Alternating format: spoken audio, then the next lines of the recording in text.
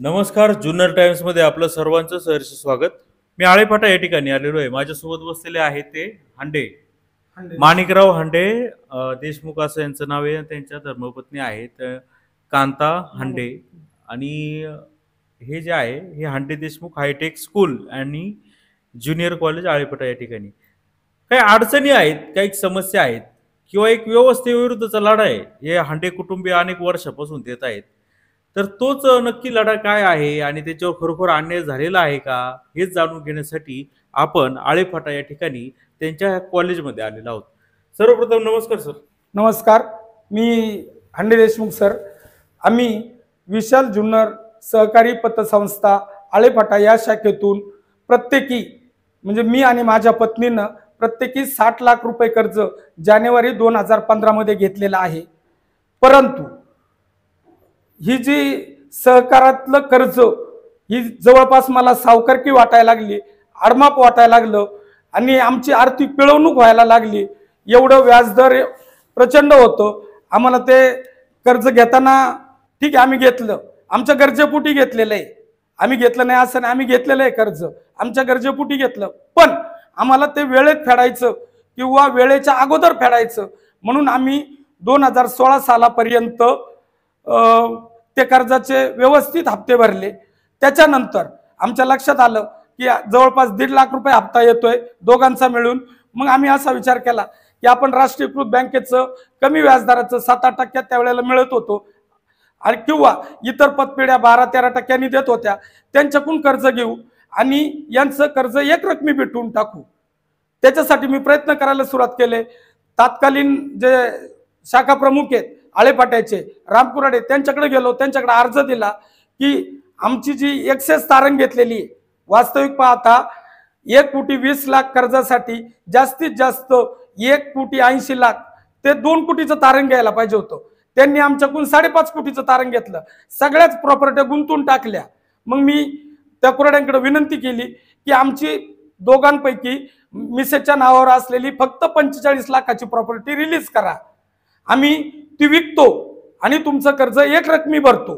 त्यांना विनंती केली, त्यांनी अर्ज सुद्धा स्वीकारला नाही.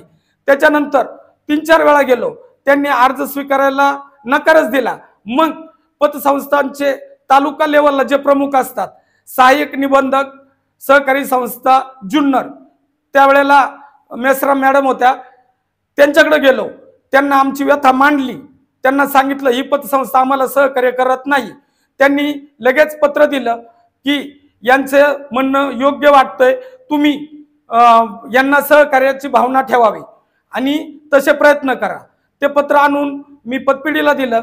पतपिढीने अक्षरशः AR साहेबांचा कोणताही विचार केला नाही, पत्राचा विचार केला नाही, गडी घातली. ते म्हणले आमच्या पतपिढीचं रजिस्ट्रेशन मुंबईचं आहे, आम्ही जुन्नरच्या AR साहेबांना फारशी किंमत देत नाही.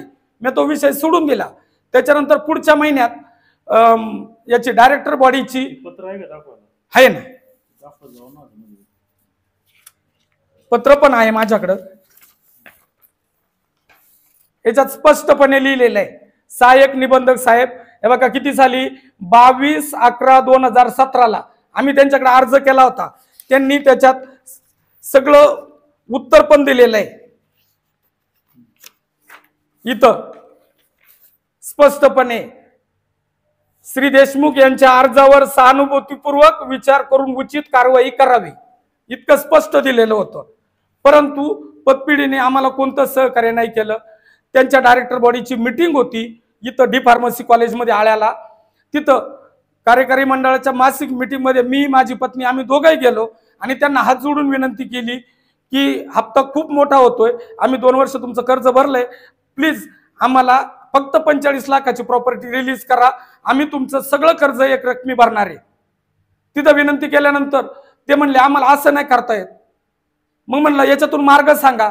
मग त्यांनीच मार्ग सांगितला की एक काम करा, तुमच्या मिसेसचं कर्ज एकदम भरा आणि लवकरात लवकर भरा, त्यांची प्रॉपर्टी आम्ही रिलीज डीड करून देतो, मग ती तुम्हाला विकायची का काय करायची ते तुम्ही ठरवा आणि मग तुमचं कर्ज भरा. 2017 पासून नोटबंदी झाली, अडीअडचणी आल्या, याच्या प्रॉपर्ट्यांच्या किमती कमी झाल्या, तरी मी माझ्या पत्नीनं आम्ही नातेवाईक मित्र परिवाराकडून प्रचंड मोठ्या प्रमाणात रक्कम जमा केली. 93 लाख रुपये त्या 3 वर्षात जमा केलेत. तिच्या पाहुणे रावळ्यांकडून भावांकडून आणलेत, माझ्या बहिणीकडून आणलेत आणि तिचे 93 लाख रुपये 29/2/2020 रोजी पूर्ण रक्कम भरून टाकली आणि तिचं खातं नील केलं. 60 लाख रुपये प्लस व्याज धरून 93 लाखाची अमाऊंट झाली होती. पूर्ण 29 फेब्रुवारी 2020 रोजी पत्नीचं संपूर्ण कर्ज भरून टाकलं. कारण ते आम्हाला शब्द दिला होता ना, पत्नीची प्रॉपर्टी रिलीज करू मग ती विका आणि पत्नीचीच विकायची होती, हे ठरलेलं होतं आमचं. मग त्याच्यानंतर आम्हाला रिलीज डीड करून त्यांनी देणं गरजेचं आहे. मग त्यावेळेला गणेश गोसावी नावाचे मॅनेजर होते तिथं, त्यांच्याकडे गेलो आणि पत्नीने तिथं जाऊन सांगितलं की आता म्हणल्याप्रमाणे आम्ही आमचं कर्ज नील केलंय 3 वर्षात, आता आम्हाला रिलीज डीड आणि प्रॉपर्टी पेपर आमचे देऊन टाका. त्यांनी काहीच विचार नाही केला. 4-5 महिने असंच ढकलत नेलं. मग 2/6/2020 रोजी पत्नीने लेखी स्वरूपात त्यांना पत्र दिलं की माझं रिलीज डीड करून द्या आणि माझे प्रॉपर्टी पेपर मला ताबडतोब द्या. हे काय हा अर्जच आहे 2/6/2020 चा. इथं स्पष्ट लिहिलंय रिलीज डीडचे पत्र देण्यात यावे. नाही दिल्यात, सांगतो ना तेच. मग त्यांनी पत्र स्वीकारलं आणि त्याच पत्रावर त्याच दिवशी त्याच वेळेला हे असं लिहून दिलं पाठीमागं. याच्यात स्पष्टपणे म्हटलंय की दिनांक 29/2/2020 रोजी आपल्या पत्नीचे कर्ज निरंक केलेले आहे, परंतु त्यांचे पती श्री माणिकराव शंकर देशमुख यांची आज दिनांक 2/6/2020 रोजी पर्यंत 17,65,021 रुपये कर्ज थकबाकी आहे. सदर थकबाकी भरणा केल्यानंतर कर्ज निरंकाचा दाखला व कर्ज बोजा कमी करण्याचे पत्र देण्यात येईल. काय नाव खाली शाखाधिकारी गोसावी आणि हे बघा 2/6/2020 खाली सही शिक्का. खाली काय नाव आहे? खाली आळेफाटा शाखा. संस्थेचं नाव काय? विशाल जुन्नर सहकारी पतसंस्था मर्यादित आळेफाटा शाखा. शाखाधिकारी यांनी स्पष्ट असं पत्र दिलं. वास्तविक पाहता आता आपण सहकाराच्या नियमाकडे जाऊ.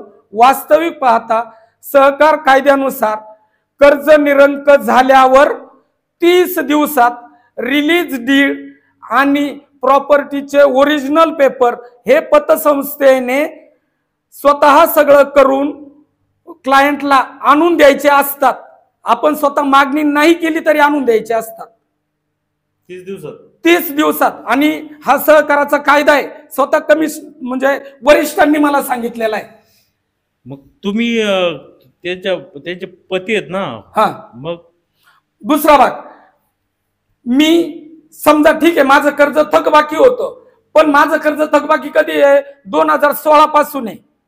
माझं पत्नीचं कर्ज 2020 ला मिटवलंय. मला संस्थेने शब्द दिला होता की तुमच्या पत्नीचं कर्ज मिटेपर्यंत तुमच्यावर आम्ही कोणतीही कारवाई करणार नाही. कर्ज मिटलं की मग तुम्ही तुमची प्रॉपर्टी विका आणि मग तुमचं भरा. म्हणजे या 5 वर्षात 2016 ते 2021 पतसंस्थेने माझ्या स्वतःच्या कर्जावर कोणतीही कारवाई केलेली नाही.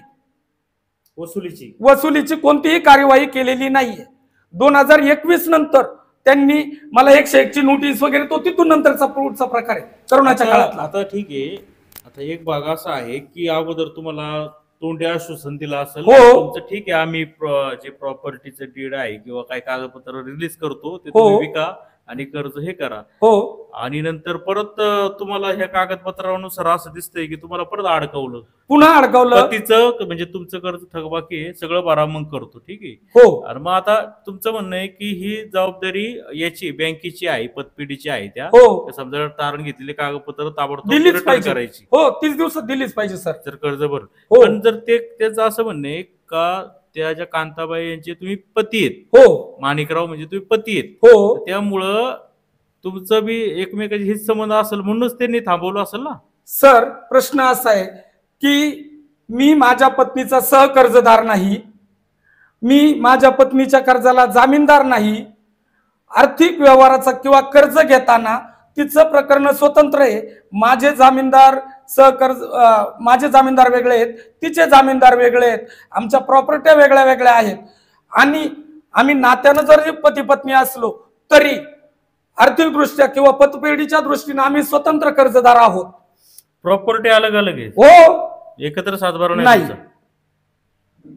आम्ही पूर्णतः स्वतंत्र कर्जदार आहोत. मग तुमच्याकडून असं त्रास द्यायचं कारण काय? आता खरं त्याच्यात तुम्हाला सांगायला गेलं ना तर त्यांची माझ्याकडे आळेफाट्याच्या अगदी मोक्यावरची जागा आहे आणि या जागेवर त्यांचा अंशतः डोळा होता आणि तो पडद्यामागचा भाग आहे. परंतु त्यांच्यातलेच एक मयत डायरेक्टर आहे, त्यांनी मला सांगितलं होतं, देशमुख तू सावध राहा, आमचा तुझ्यावर डोळा आहे. तुमच्या त्या जागेवर, या जागेवर आपण जिथं शाळेत बसलोय या जागा मोक्याची जागा आहे आणि तिच्यावर त्यांचा डोळा आहे. बर, मग आता ठीक आहे, हा पाठ झाला एक का 30 दिवसात द्यायला हवंय तर दिलं नाही. त्यात जर तुमच्या प्रॉपर्टीमध्ये संबंध नाहीये तरी पण यांच्यामुळे यांचं हे अडवणूक केली. अडवणूक केली. याच्यावर कुठे दाद मागितली? मग मी त्याच्यानंतर ताबडतोब सहकार आयुक्तांकडे गेलो. सहकार आयुक्तांना 2-3 वेळा पत्रव्यवहार केला. तिथूनही मला फारसा काही रिस्पॉन्स नाही भेटला. मग मी 2022, 2023 सलग 3 वर्ष 21, 22, 23 पोलीस स्टेशन आळेफाटा यांच्याकडे गेलो. त्याच्यानंतर DYSP जुन्नर यांच्याकडे गेलो. SP पुणे यांच्याकडे गेलो. त्यांच्याशी पत्रव्यवहार केला. त्यांनी सांगितलं हा सहकार विभागाचा भाग आहे, आमच्याशी जास्त संबंधित नाही. मी त्यांना म्हणलो यांच्यावर पतपिढीवर FIR दाखल करा, स्पष्ट दिसते की माझी फसवणूक झालेली आहे, यांच्यावर FIR दाखल करा.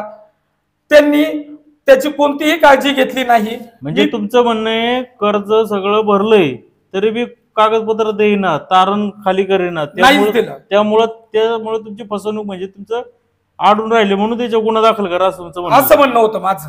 ठीक आहे, आता मग तुम्ही म्हणताय की गुन्हे दाखल करायची तरतूद केली व त्यांनी सांगितलं सहकार कायद्यानुसार कारवाई करा. मग तुम्ही काय केलं पुढं? मग मी 2023 ला एक SP साहेबांना पत्र लिहिलं. आम्ही आता अशा अवस्थेत आहे की आम्हाला आत्महत्येशिवाय पर्याय नाहीये. तिथं एक जबाबदार व्यक्ती आम्हाला भेटले.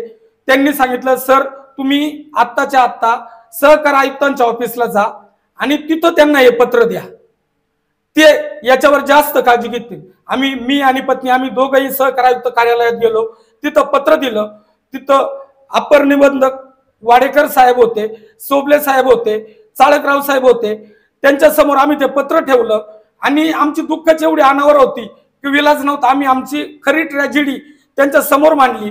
त्यांनी आमचा मानवता म्हणून विचार केला आणि ते म्हटले आम्ही याच्यावर ताबडतोब सुनावणी घेतो.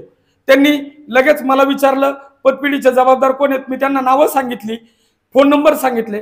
त्यांनी ताबडतोब त्यांना कॉन्टॅक्ट केला, त्यांना पत्र दिलं आणि 8 दिवसात सुनावणीला बोलवलं मला माझी कागदपत्र घेऊन बोलवलं, त्यांना त्यांची कागदपत्र घेऊन बोलवलं. त्यावेळेला वसुली अधिकारी तांबोळी, वसुली अधिकारी सर्जिने आणि महाव्यवस्थापक खांडके म्हणून आहेत पतपिढीचे, ते सगळे आले. त्यांनी त्यांचं लेखी म्हणणं मांडलं. त्यांना काय कागदपत्र द्यायची ती साहेबांकडे दिली. आम्ही आमचं लेखी म्हणणं मांडलं, आम्ही आमची कागदपत्र दिली. मग साहेबांनी त्या दरम्यान म्हणजे सहकार आयुक्तांनी सुनावणी चालू असताना त्यांना डायरेक्ट विचारलं की तुम्ही वसुली अधिकारी आहात का? तर ते म्हटले हा. म्हणजे तुम्हाला ग्रामीण भागातली वसुली कशी करायची माहिती आहे का? तुम्ही ट्रेनिंग घेतलंय का वसुलीचं ट्रेनिंग? तुम्ही ही थोडी सुशिक्षित माणसं दिसतात, हे आमच्यापर्यंत पोहोचले. जर हे आमच्यापर्यंत पोहोचले नसतील तर तुम्ही बाकीच्यांची किती हॅरेसमेंट करत असाल, अशा शब्दात सोबले साहेब त्यांना बोलले. त्यांनी ते ऐकून घेतलं आणि सगळं सविस्तर आमची तिथं चर्चा झाली. त्याच्यावर 4 सुनावण्या झाल्या आणि त्या दरम्यान यांनी अप्पर आयुक्तांनी अप्पर निबंधक साहेबांनी त्यांना ऑर्डर केली की यांची ताबडतोब रिलीज डीडची कागदपत्र आणून द्या. यांची म्हणजे यांची मिसेसची? कारण तुमचं थकबाकी नाही, माझं थकबाकी नील झालं होतं. हो, फक्त नील करून बी अडवणूक केली होती सगळी. हो, जेणेकरून तुमची आर्थिक कोंडी व्हावी. त्याच्यानंतर ऑर्डरच केली की यांच्या पत्नीची म्हणजे मिसेसची की यांची ताबडतोब कागदपत्र आणि रिलीज डीडचं पत्र अधिकृत आणून द्या. दुसऱ्याच आठवड्यात म्हणजे 2-3 दिवसातच पुढची सुनावणी होती. त्यांनी आमची म्हणजे माझ्या पत्नीची रिलीज डेटची कागदपत्र आणि आमचे सगळे पेपर आम्हाला रिटर्न केले पत्नीपुरते. दिले? हो दिले. जेवढे दिवस अडवले होते ते दिले. म्हणजे 45 महिन्यांनी आम्हाला हे सगळे कागदपत्र मिळाली. 45 महिन्यांनी? 45 महिन्यांनी. तर तुमची प्रॉपर्टी अशीच गुंतून ठेवली. त्याचा फायदा काही नाही? काहीच नाही. 2.5 कोटीची मिसेसची प्रॉपर्टी अक्षरशः त्याच्यावर बोजा कुठून त्याच्यावर कर्ज काढता येत नाही, काय नाही अशा अवस्थेत त्यांनी आमची गुंतून ठेवलेली. ती जमीन तुम्हाला विकता येईना, तुमचं इकडे कर्ज बी वाढतंय, वाढतच होतं, व्याज वाढतंय, अजूनही चालूच येते. 45 महिने हा जो कालावधी होता तो खूप आहे. 1365 दिवस सर. 2 म्हणजे 29/2/2020 पासून ज्या दिवशी आम्हाला कागदपत्र भेटली त्याच्यात 1365 दिवस झालेले आहेत सर. 45 महिने झालेले आहेत. एवढं मोठं आमचं नुकसान केलेलं आहे. या दरम्यान आमची हॅरॅसमेंट, आर्थिक नुकसान, आमची जी कौटुंबिक जी काही हालहाल झाले असतील, सामाजिक, त्याच्यानंतर आम्हाला कुणी कर्ज देत नाही, आम्हाला डिफॉल्टर म्हणतात, हे नालायक आहेत असं आम्हाला लोकांनी समजवलं. म्हणजे न्यायासाठी भांडणं ही आमची चूकच समजायची का? आम्ही न्यायासाठी भांडतोय आणि सर्वसामान्य जनतेला हे माहिती नाही सर. 30 दिवसाच्या आत पतपेढ्यांना हे बंधनकारक आहे की तुम्ही तुमची क्लायंटची ओरिजिनल पेपर आणि रिलीज डीड स्वतः करून दिलं पाहिजे.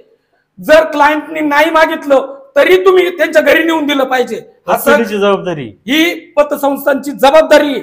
आजही मला कितीतरी लोक भेटले त्या निकालानंतर. मी तुम्हाला आता सहकार आयुक्तांचा निकाल म्हणजे नियमानुसार 30 दिवसाच्या आत जर कर्ज नील केलं आहे तर समजा जी काही तारण मालमत्ता असेल किंवा एखादं सोनं असेल तर ते ताबडतोब दिलंच पाहिजे. हे बंधनकारक. 45 महिने त्यांनी ते थकून ठेवलं. जर लवकर त्यांनी दिलं असं तुम्ही ती प्रॉपर्टी विकून तुमचं कर्ज नील झालं असतं. केव्हाच. आतापर्यंत मला व्याज कशाला भरावं लागलं असतं सर? 2020 लाच मी नील करून टाकलं असतं. त्यावेळेला सर प्रचंड मोठी किंमत होती. करोनाच्या अगोदरचा काळ बरं कसं राहा. करोनाच्या अगोदरचा, करोनाच्या नंतर किमती कमी झाल्यात. हा करोनाच्या अगोदरचा काळ आहे. 2/6/2020. हे कोणती करायचं कारण तुमच्या ह्या जमिनीचा लिलाव व्हावा या जमिनीचा नाही असं तुमचं म्हणणं आहे. आजही तेच त्यांच्या डोक्यात आहे. या कुटुंबात अहो सर आमचा ITR माझ्या मिसेसचा 1,90,000 आणि माझा 2,10,000 आणि आम्हाला 60 लाख रुपये कर्ज दिले. त्याच्यात एक हप्ता तरी जाईल का? एक हप्ता. तुम्हाला ते कर्ज याच्यासाठी दिलं ना, तुम्ही मग अशी म्हणालात की जागा विकत घ्यायची होती म्हणून. शाळेसाठी आणि दोन्ही. पण एवढा ITR कमी असताना कसं तुम्ही एवढं कर्ज देऊ शकता ना? त्यांची जबाबदारी, ते काही करू शकतात सर. येत काहीच नाही. त्याच्यानंतर ते म्हणले तुम्ही अडचणीत नका येऊ, तुम्हाला आम्ही 90 लाख करून देतो. ठीक आहे, आता मुद्दा थोडासा भरकटतोय. नाही भरकटून नाही द्यायचा. जे पतपेढीचे संचालक आहे ते किती बी कर्ज देऊ शकतात. हो. ते बुडालं तर ते स्वतः वैयक्तिक सगळे सामूहिक जबाबदार असतात.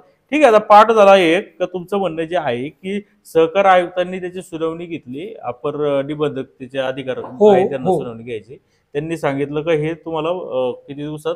30 दिवसात द्यायला पाहिजे द्या. तो परत 45 महिने उलटून तुमची कोणती झाली होती. हा. तुम्ही एवढं छाती टोकून सांगता, त्याचं काय ऑर्डर आहे की तुमच्याकडे? आहे ना.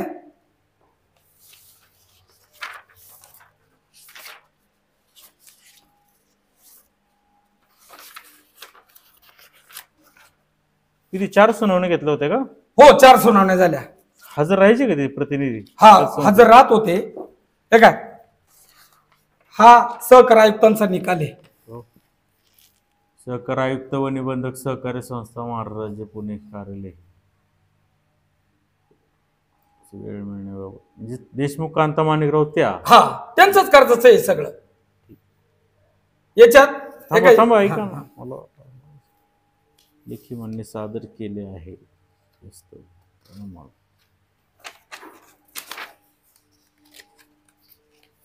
हा इथं खरा महत्वाचा निकाल मी वाचतो 2 मिनिटं. आपण संस्थेकडून तारणी कर्ज घेतले आहे ही गोष्ट आपणास मान्य आहे. सदर कर्ज आपण सन 2015 मध्ये घेतलेले असून ते सन 2020 मध्ये निरंक झाले आहे. तथापि संस्थेने आपले कर्ज निरंक झाल्यानंतर 30 दिवसात रिलीज डीड व तारण दस्त हस्तांतरण करून देण्याची जबाबदारी संस्थेची तसेच संस्थेच्या वसुली संबंधित वसुली अधिकारी यांची होती. संस्थेने रिलीज डीड करून देणे व कागदपत्र देण्यास 3 वर्षांचा कालावधी लावलेला आहे हे दिसून येत आहे. संस्थेस या कार्यालयात दिनांक 23/11/2023 रोजी झालेल्या सुनावणीच्या वेळी दिलेल्या सूचनेनंतर रिलीज डीड व तारण दस्त हस्तांतरण केलेले आहे. सूचना दिल्याच्या नंतर मग हो, कमिशनर ऑफिसनी सांगितल्यावर तोपर्यंत तेही नाईविलाजी दिले बरं का सर. तेव्हा उपरती झाली त्यांना. हा, पुढे वाचा. संस्थेने या कार्यालयात दिनांक 30/11/2023 चे सुनावणी दरम्यान सदर सर्व कागदपत्र समक्ष आपणास हस्तांतरित केली आहे. याबाबत संस्था स्तरावर दिरंगाई झाली आहे ही वस्तुस्थिती आहे. हा कमिशनर ऑफिसचा निकाल आहे हा साहेब. पुढं त्याबाबत आपण सदर दिरंगाई बाबत नुकसान भरपाईची मागणी केलेली आहे. तथापि सदर बाब या कार्यालयाचे अधिकार कक्षेत येत नाही. त्याकरिता आपण सक्षम न्यायालयाकडे दाद मागावी. तरी सदरचा अर्ज या कार्यालयाच्या स्तरावर निकाली काढण्यात येत आहे. श्रीकृष्ण वाडेकर, अपर निबंधक पतसंस्था सहकारी संस्था महाराष्ट्र राज्य पुणे यांचा निर्णय आहे. हो, दिनांक 8/12/2023 चा. हो, त्याचं म्हणणं आहे की नुकसान भरपाई देण्याची तरतूद आमची तर नाही, योग्य त्या न्यायालयामध्ये जायचं. त्यांनी ते इथं मान्य केलंय की हे 30 दिवसाच्या आत हे रिलीज करायला पाहिजे होती, जी काय तुमची तारण घेतली कागदपत्र डॉक्युमेंट. हो, त्याला 3 वर्षाचा पेक्षा जास्त कालावधी 45 महिने. ते महिन्यात नाही त्यांनी मोजले, मी 45 महिने मोजले. मग आता पुढं काय? आता हे तर सगळं झालंय, तर तो तुमचे 3 वर्षाचं ते अडकूनच होते ना प्रॉपर्टी. नाही, आमची 3 वर्ष जी अडकून ठेवली, आम्ही 2022 पासून पोलीस स्टेशनला यालपाटे मारतोय की तुम्ही यांच्यावर FIR दाखल करा. आमची आर्थिक फसवणूक यांनी केली. भरपाई देणं हे काय पोलीस स्टेशनचं काम नाहीये. आम्ही त्याच्यासाठी नाही गेलेलो. यांनी आमची फसवणूक केली. याबद्दल 420, 467, 468, 34 अंतर्गत FIR दाखल झाला पाहिजे. काय म्हणून? यांनी आमचं चिटिंग केलंय, फसवणूक केलेली साहेब. कशी? बरोबर ना. यांनी जर 30 दिवसात आम्हाला रिलीज डीडची पत्र दिली असती मिसेसला, तिचं प्रॉपर्टी विकली असती, नाही तर आम्ही त्याच्यावर कर्ज काढलं असतं आणि माझी 2020लाच माझं कर्ज मिटून टाकलं असतं ना. मग मला सांगा, आता माझ्यावर कोणती कारवाई चालू केली? नंतर 2021ला सुरू केली की यांची सक्त वसुली 101 ची कारवाई. आता पण माझ्या जप्तीपर्यंत गेलेत. सर, ही जप्तीची वेळ आली असती का? दुसरा भाग, यांनी जर 2016 साली आम्हाला शब्द दिला नसता की मिसेसचं कर्ज भरा, तोपर्यंत तुमचं थांबलं तरी चालेल, आम्ही तुमच्यावर कारवाई नाही करीत, आणि मग नंतर तुमचं भरा, आम्ही काय केलं असतं, निम्मे पैसे निम्मे मिसेसच्या नावावर भरले असते, निम्मे माझ्या नावावर भरले असते. बरोबर का? मग आता आम्ही थकबाकीदार कसं काय झाला असतो? आमचं रेग्युलर कर्ज राहिलं असतं ना साहेब. म्हणजे आम्हाला यांनी बळच होऊन थकबाकीदार केलं आणि आमची अशी फसवणूकही केली.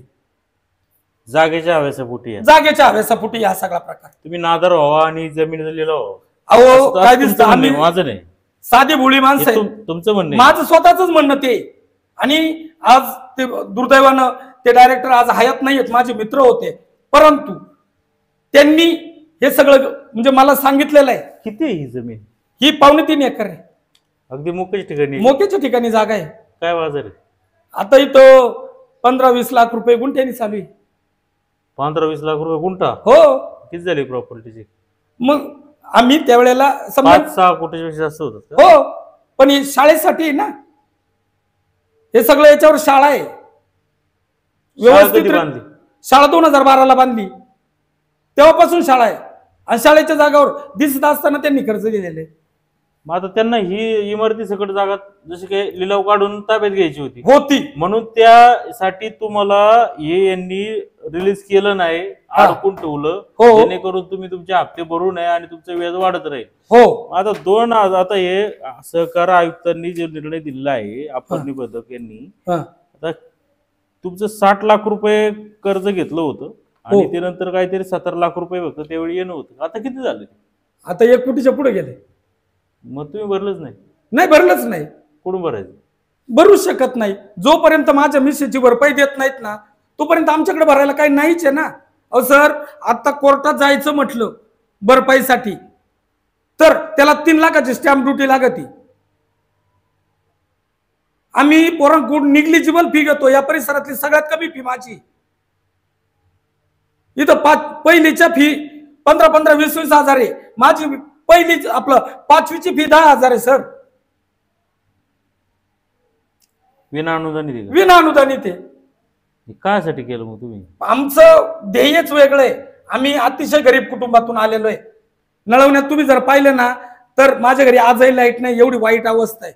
मी शिकलेलो होतो, मिसेस शिकलेली होती. आम्ही आमच्या कष्टाने हे सगळं उभं केलेलं आहे आणि फारसा राजकीय आधार नाहीये.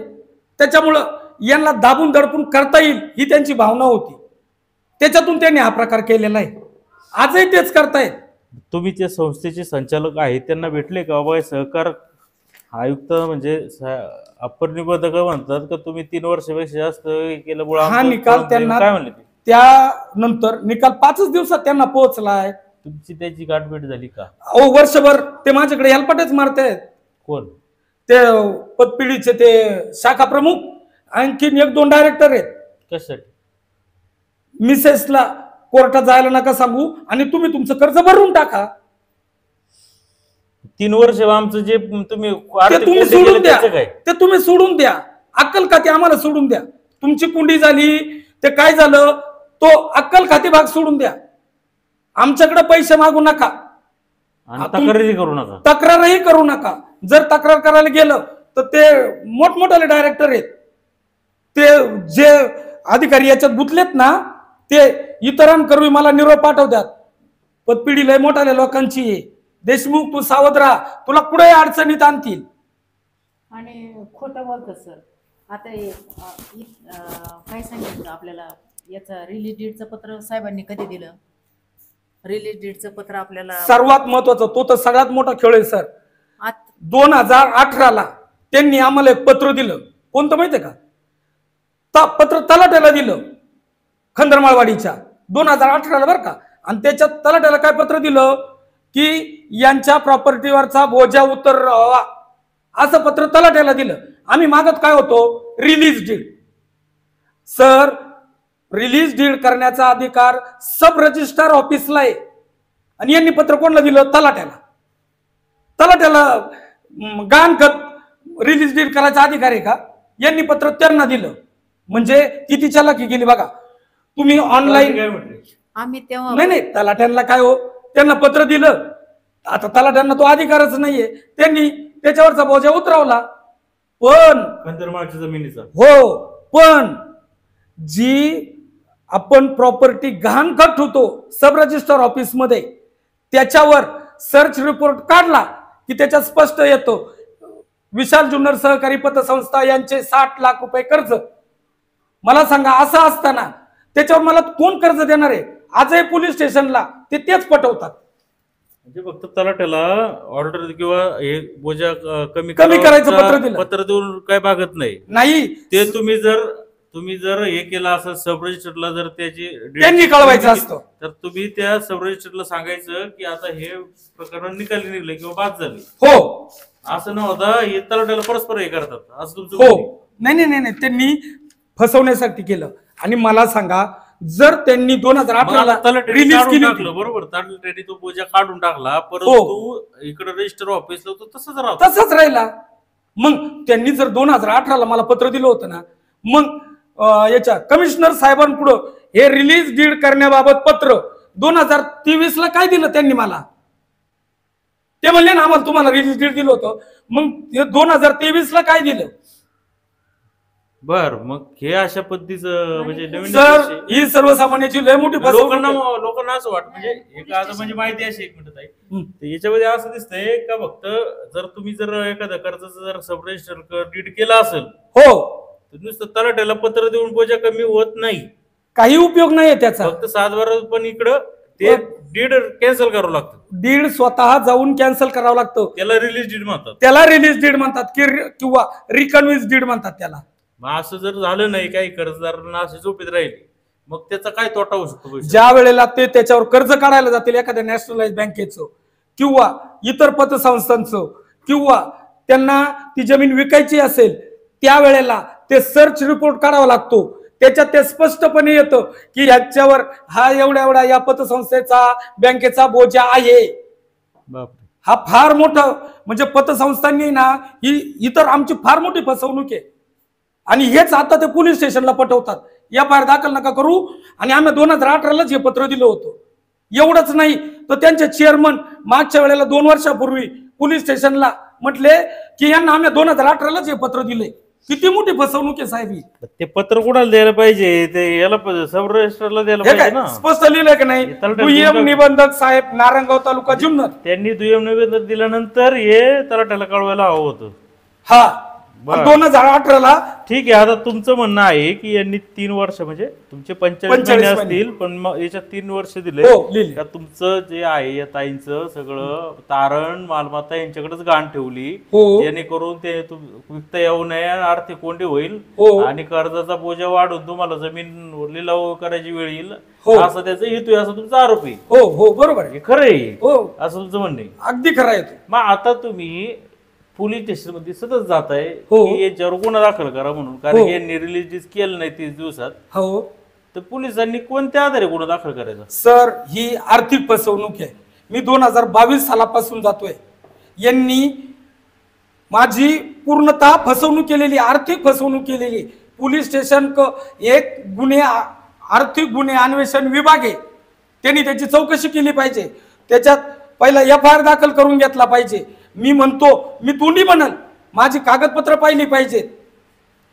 ते कागदपत्र वगैरे काहीच पाहत नाहीत, फक्त बघू करू. कोणते नारंग आपल्या इथं आळेफाटा पोलीस स्टेशनला तक्रार अर्ज दिला होता का? हो 2022 पासून 4 वेळा दिलाय. का वयांनी माझी आर्थिक कोंडी केली, फसवणूक केली म्हणून याच्यावर गुन्हा दाखल व्हावा. गुन्हा दाखल व्हावा. कोणा तात्कालीन संपूर्ण डायरेक्टर बॉडी बर. आणि ज्यांनी जे वसुली अधिकारी आणि जे शाखा अधिकारी त्या काळातले, कारण त्यांच्या बदल्या होत राहतात, तर त्या काळात मला 4 शाखा अधिकारी आहेत असे. आणि वसुली अधिकारी सर्जिने तांबोळी आणि तात्कालीन 2020ला जेवढी डायरेक्टर बॉडी होती यांच्यावर गुन्हा दाखल झाला पाहिजे. हे आता जे सरांनी सांगितलं ना की 2018ला ते आम्हाला पत्र दिलं, तलाट्याला पत्र दिलं. हा तलाट्याला जे पत्र दिलं तेच पोलीस स्टेशनला सांगतात की आम्हीच ते त्यांना दिलेलं आहे रिलीज डेट. पोलीस स्टेशनच्या लोकांना ते कदाचित आमच्यासारखं माहीत नसेल याला रिलीज डेट बनतं किंवा काय, म्हणून पण ते तक्रार घेत नव्हती. काय आहे, पोलिसांना म्हणजे प्रत्येकाला प्रत्येक गोष्टीचं ज्ञान असतं असं नाही. तुम्हाला जर शेरी की तर मला एवढं ज्ञान नाही, मला माझ्या क्षेत्रापुरतं ज्ञान आहे. आणि तर याच्यामध्ये ते त्यांना तुम्ही दाखवलं पाहिजे पोलीस अधिकाऱ्यांना का या अशा स्वरूपाचं देऊन काही भागत नाही. हे प्रत्यक्षात दुय्यम निवेदनाकडे जो डीड केलेले जे दस्त बनवलेला आहे तो याचा गानचा, तो रद्द करावा लागतो. हे त्यांनी केलंच नाही आणि एकीकडे फक्त आपला आम्हाला फसवण्यासाठी हा. फात्रू सर काय होतंय, मी गेलो का ते त्यांना बोलून घेतात. ते 10-12 जण येतात. कोण याचे पतसंस्थेचे 5-6 ते नुसते याचे शाखा व्यवस्थापकाचे पतपिढीनी ना त्या शाखा व्यवस्थापकांना पुढे केले जबाबदारी डायरेक्टरांनी बोल ना. कोण कोणला बोलवतो ते तिथं पोलीस स्टेशनला आहे ना. आम्ही गेलो परवा दिवशी, आम्ही गेलो होतो FIR दाखल करायला. तिथं अगोदरच ते सगळे बसलेले होते. ते कोण? मॅनेजर 5-6 पतपेढ्यांचे मॅनेजर तिथे येऊन बसतात. त्यांना कसं कळतं तुम्ही तिथं आले म्हणून? आता काय माहिती त्यांना कोण सांगतं काय माहिती. आम्ही 7:30 वाजता गेलो तेव्हा ते सगळे तिथं बसलेलेच होते. काय करायचं बसून? काय नाही बसलेले होते. आम्ही साहेबांसमोर गेलो, तायडे साहेबांसमोर, आणि ते लगेच सगळे आतमध्ये आले. तुमच्या केबिन म्हणजे केबिन मध्ये चर्चा चालू असताना हा आम्ही साहेबांशी बोलत होतो ना, ते लगेच आतमध्ये आले. साहेबांनी थांबवलं नाही त्यांना? नाही थांबवलं. कशासाठी आली ती काय माहिती आता त्यांचा काय उद्देश आहे तो त्यांना माहिती. आता समजा आपण दोघं चर्चा करतोय, काही लोक डायरेक्ट आतमध्ये आली, बरोबर? हो. ते काहीतरी बोललं पाहिजे. त्यांनी काय म्हणतात ते? त्यांनी काहीतरी कारणास्तव साहेबांनीच बोलवलेलं होतं मला वाटतं त्या. आणि हे पतसंस्थेवाले आहे ना, त्यांचं असं म्हणणं आहे की ते 2018चं जे पत्र आहे ना, हे पत्र आम्ही यांना दिलेले आहे, आमच्याकडून कोणतीही फसवणूक झालेली नाही. म्हणजे आता या कालावधीनंतरही ते त्यांना तेच पटवतात सर. तेच पटवताय. अहो पण ते काय सहकार आयुक्ताचं जे अधिकाराखाली त्या निबंधकांनी काय ते काय वेळेत का असं हे करायला 30 दिवसात तुम्ही रिलीज डेट केलं नाही किंवा हे म्हणायला यांनी तलाट्याला पत्र दिलं म्हणजे काय नाही नाही, हा विषय ना कमिशनर साहेबांपुढे मी मांडला का हे तलाट्याला दिलेल्या पत्राला पुढे सांगतात काय आम्ही रिलीज डेट दिलं ना यांना. मग त्यांनी कमिशनर साहेबांनी त्यांना झापलं सुद्धा. तुम्ही अशी फसवणूक करता का? दिशाभूल चाललंय असं दिसतंय. हो दिसतंय का जेणेकरून आम्ही ते 2018 दिलंय आता आमचं काय आम्हाला काही अडचण नाहीये हो. आम्ही काही यांच्यावर अन्याय केलं नाही असं ते हो. भासवतात असं तुम्हाला वाटतं. मग मला आणि सांगा, पोलीस अधिकाऱ्यांना वाटतं का ते हा, हे खरंय. क्लीन चिटी. येस, हे खरे. मला सांगा सर, त्यांनी जर 2018ला मला दिलं होतं तर मग 2023ला तुम्ही मला काय दिलं? हे काय दिलं? हे का दिलं? तुम्ही म्हणता ना 2018ला दिलं होतं, मग हे 2023ला तुम्ही काय दिलं मला?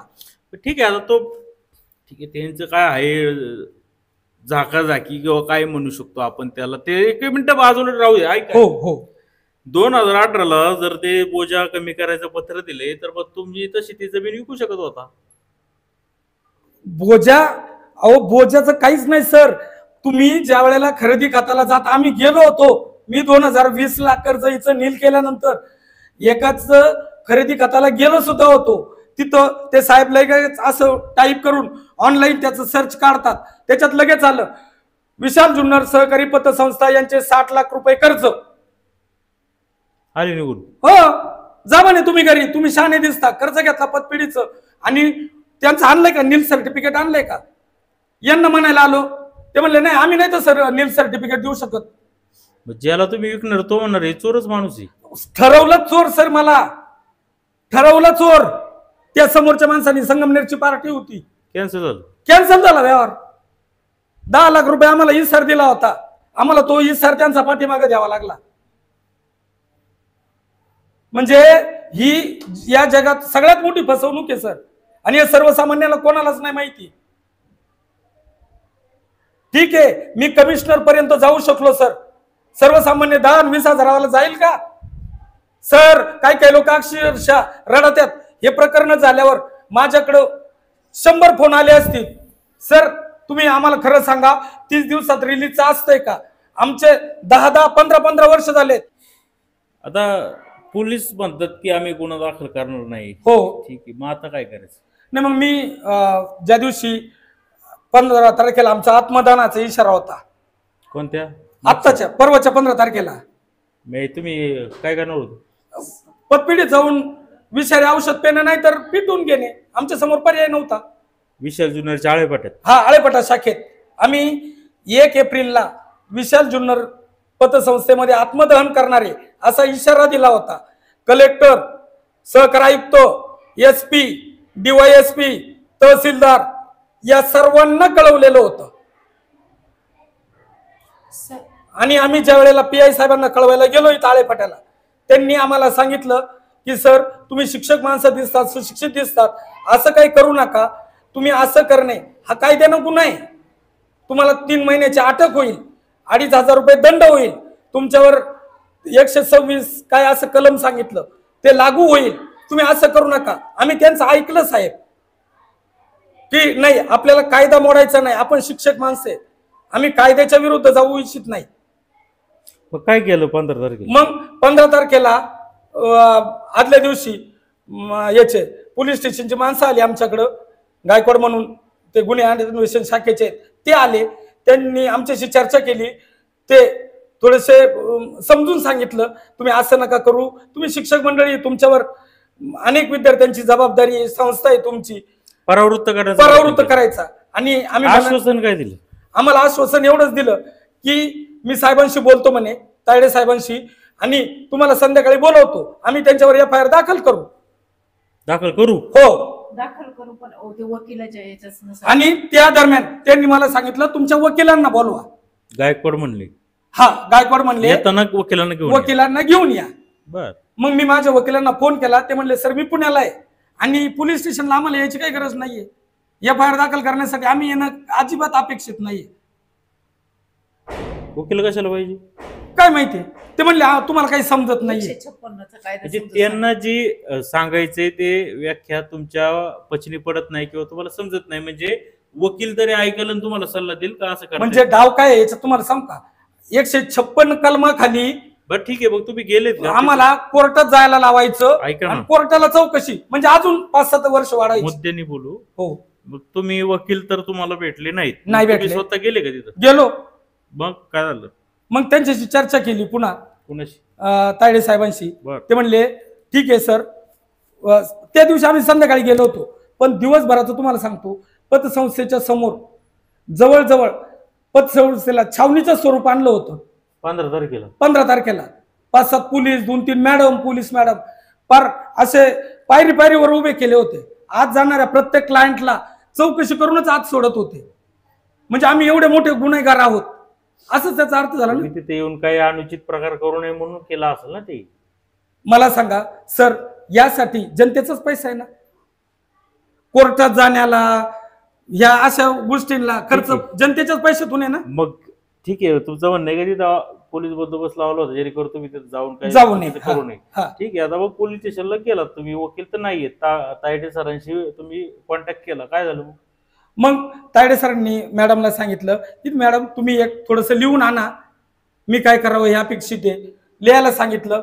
मी बाहेर निघून आलो तर मॅडमनी 2-4 वाक्य लिहिली. तिला असं वाटायला लागलं आपलं थोडंसं गडबड होऊ शकते, ती घरी निघून आली. मग मी रात्री 10 वाजता DYSP चौधर साहेब यांना फोन केला. चौधर साहेब म्हटले सर मी उद्या 11 वाजता आळेफाट्याला येणार आहे, तुम्ही, मी आणि तायडे साहेब आपण समोरासमोर बसू आणि याच्यावर कशा पद्धतीने FIR दाखल करता येईल हे पाहू.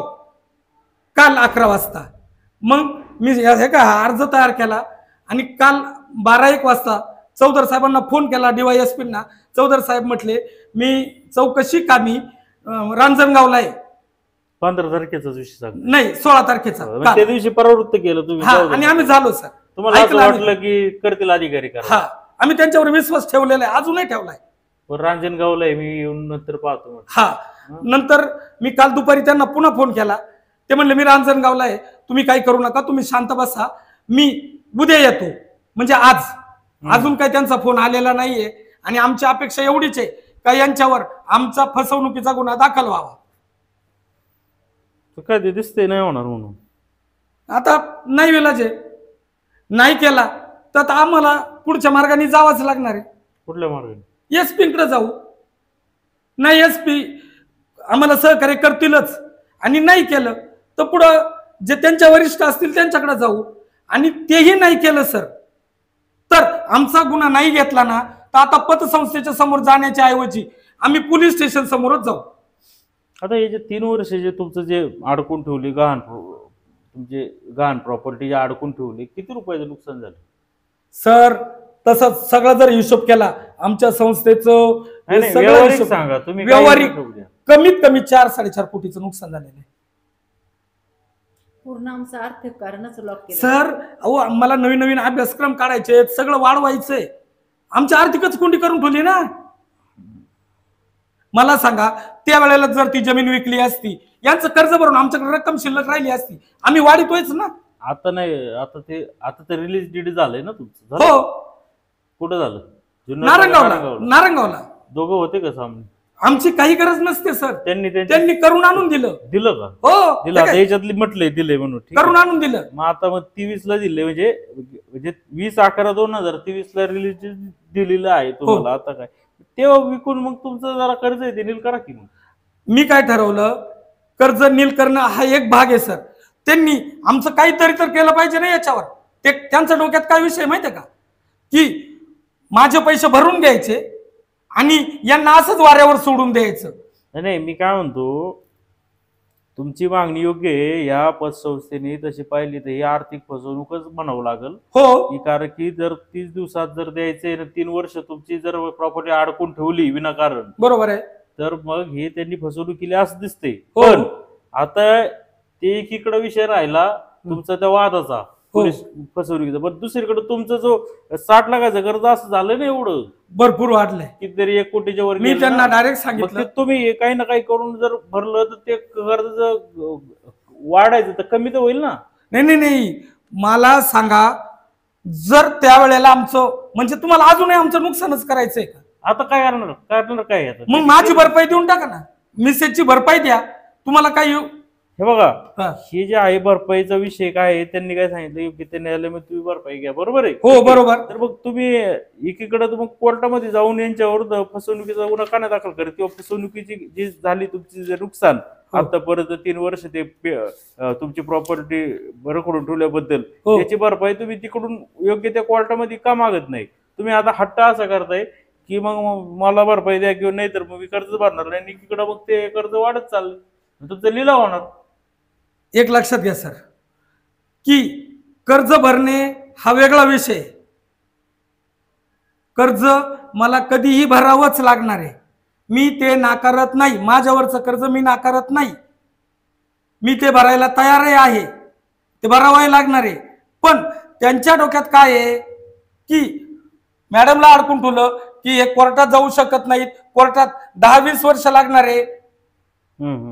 त्यांना माहित आहे तुमचा दावा हा वेळ खाऊया, वेळ खाऊ, आणि म्हणूनच यांना कोर्टात जायला लावायचंय. येणं वेळ केलं खाऊ जरी असलं तरी पर्याय कोर्टच आहे ना. बरोबर आहे, परंतु आतापर्यंत आमचे 10 वर्ष अगोदरच गेलेली आहेत. अजून पुढचे 10 वर्ष आमची झाले दोघांची 55-60 वर्ष वय सर.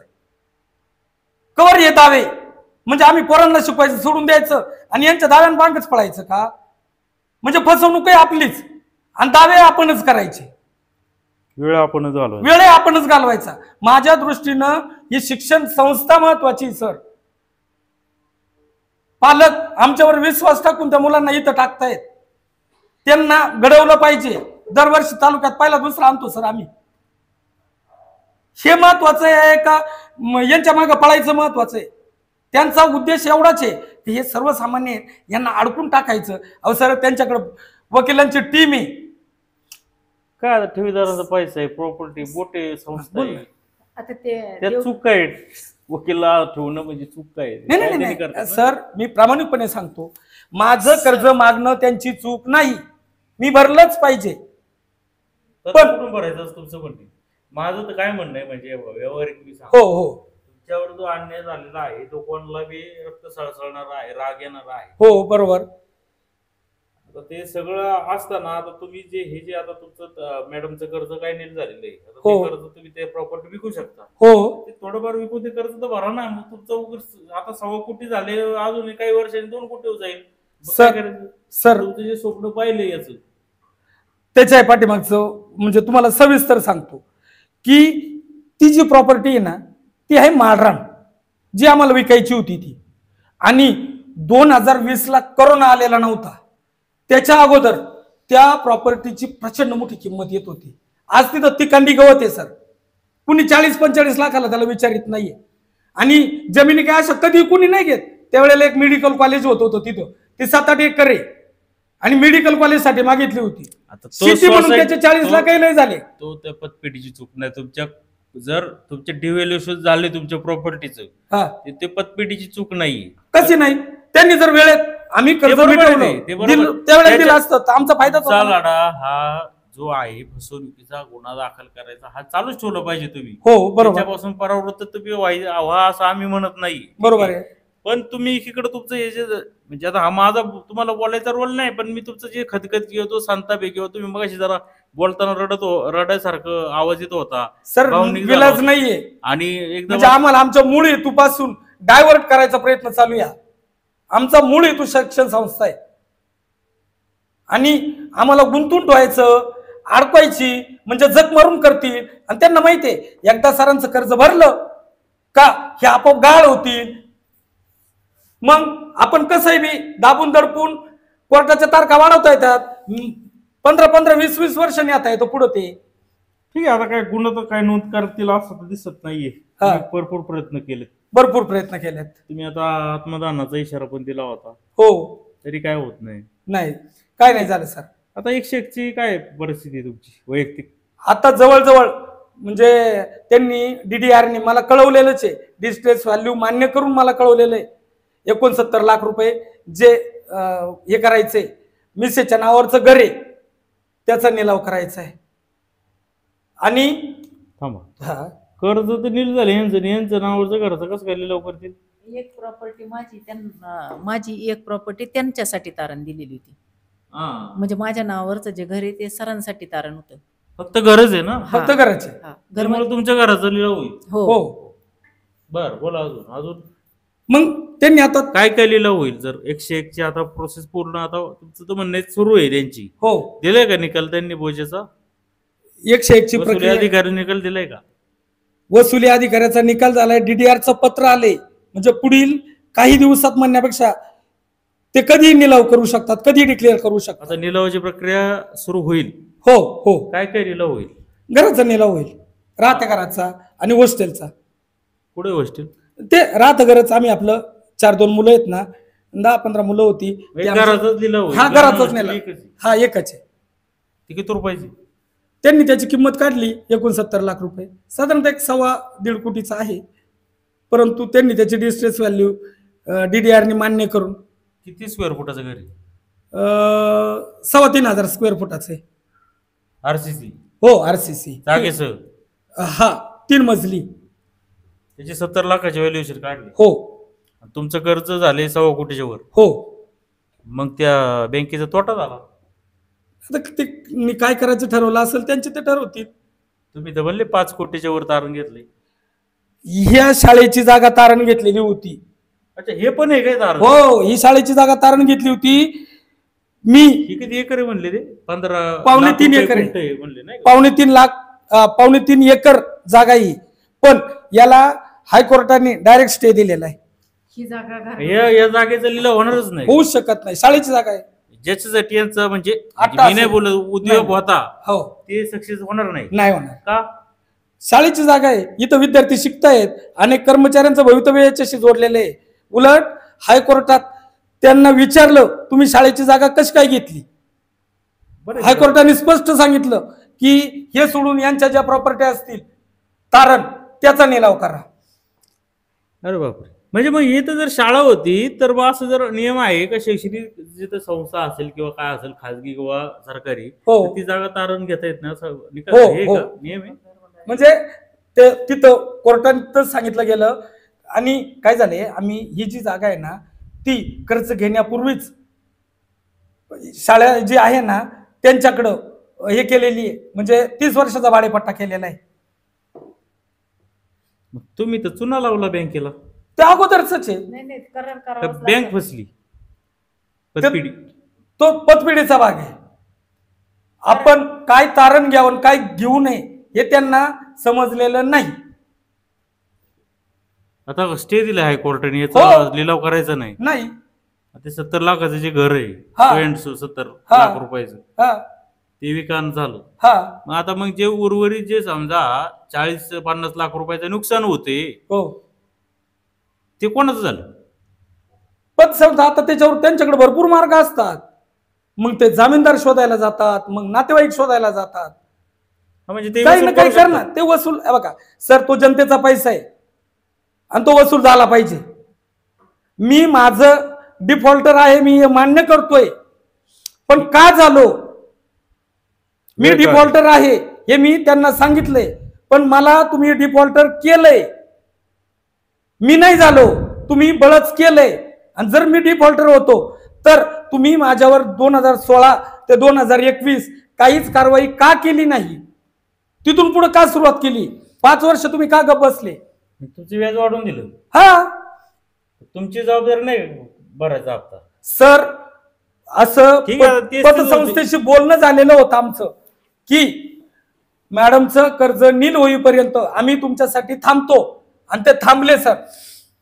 हे बघा, ही सगळी तुमची मुलाखत पाहता का तुम्ही देखील काय हे आहेत खूपच म्हणजे अन्याय झाला व्यवस्थित आहे. हो तुम्ही पण काय असे साधे नाही, तुम्ही पण हुशार आहे हे जरा थोडं मला वाटते. सर, MS ऍग्री शिक्षण आहे. नाही हुशार म्हणजे चलाकीत.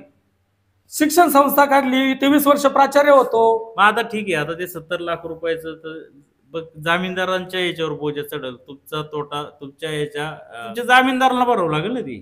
बरोबर आहे ना. मग आता त्यांनी का हे करायचं ना? हे तर माझं तेच मग अशी सांगणं होतं, तर हे काय माझा रोल नाही हा. बरोबर आहे, बरोबर. तुमची जी लढाई आहे ते तुमचे जे नुकसान झाले 3 वर्ष तुमचे जे आहे समजा तारण मालमत्ता त्यांनी दाबून ठेवली, हो त्याच्यावर ते नुकसानीची कारवाई झालीच पाहिजे. आम्ही कारण तेच की मी म्हणतोय. म्हणत नाही, हे निबंधक म्हणतात जे हो. निकाल दिला हो त्याच्यावर मग यांनी काय ऍप्लिकेशन नाही केलं का विरोधात? सर 16 महिने झालेत. कोण सहकार आयुक्तांचा निकाल आलेले 16 महिने झालेत. डिसेंबर 2023 मध्ये निकाल लागलाय. आता एप्रिल महिना एंडला आलाय. यांनी मग सहकार त्यांच्यावरती मंत्री असतील ना, त्यांच्यावरती डायरेक्ट सचिव आणि मंत्रीच असतात. सुनावणी कोण घेत? सचिव घेतात, प्रधान सचिव किंवा सचिव अपील घेतात. नाही केलं. 16 महिने झालेत, अपील सुद्धा नाही केलं. म्हणजे त्यांना तो निकाल मान्य आहे. आता भूमिका काय शेवटचं सांगा. आता काय नाही, ते जर पोलीस स्टेशनने आमचं FIR नाही घेतला तर आम्ही आमच्या पद्धतीनं जेवढे प्रयत्न करता येईल तेवढे करू. नाही तर शेवटचा पर्याय, आतापर्यंत पतपिढीने अडवलं, आता समजून घेऊ आम्हाला पोलीस स्टेशनने अडवतोय. दुसरा पर्याय पोलीस स्टेशन समोर. काय करणार?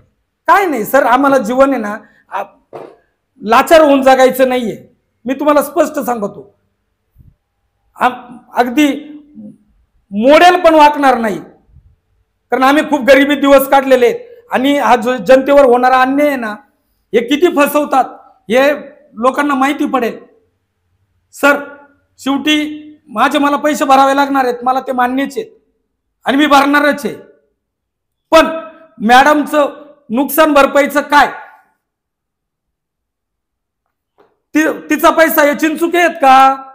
माझे पैसे पैसे, पतसंस्थेचे पैसे पैसे. हे होते माणिकराव हांडे पाटील आणि त्यांच्या सौभाग्यवती. कर्जाच्या प्रकरणामध्ये पतसंस्थेने त्यांची जी प्रॉपर्टी तारण घेतलेली होती, त्यांनी त्याचं ते कर्जही पूर्ण भरलेलं होतं कांता हांडे पाटलांनी. आणि तरी देखील 3 वर्ष त्यांची ती प्रॉपर्टी रिलीज करायला पाहिजे होती, की जेणेकरून ते प्रॉपर्टीचं ते विकतील किंवा त्याच्यावर उदरनिर्वाह चालतील किंवा त्यांचे व्यवहार बघतील. 3 वर्षापेक्षा जास्त कालावधी यांनी अडकून ठेवल्यामुळे यांचं न भूतो न भविष्यती असं नुकसान झालेलं आहे. ती प्रॉपर्टी विकून त्यांनी त्यांच्या पतीचं कर्ज भरता आलं असतं. परंतु आज अशी वेळ झाली पतसंस्थेच्या ह्या चुकीच्या कारभारामुळं. आता मी या आधारे बोलतो की तसा अपरली बदकाचा निकाल आहे.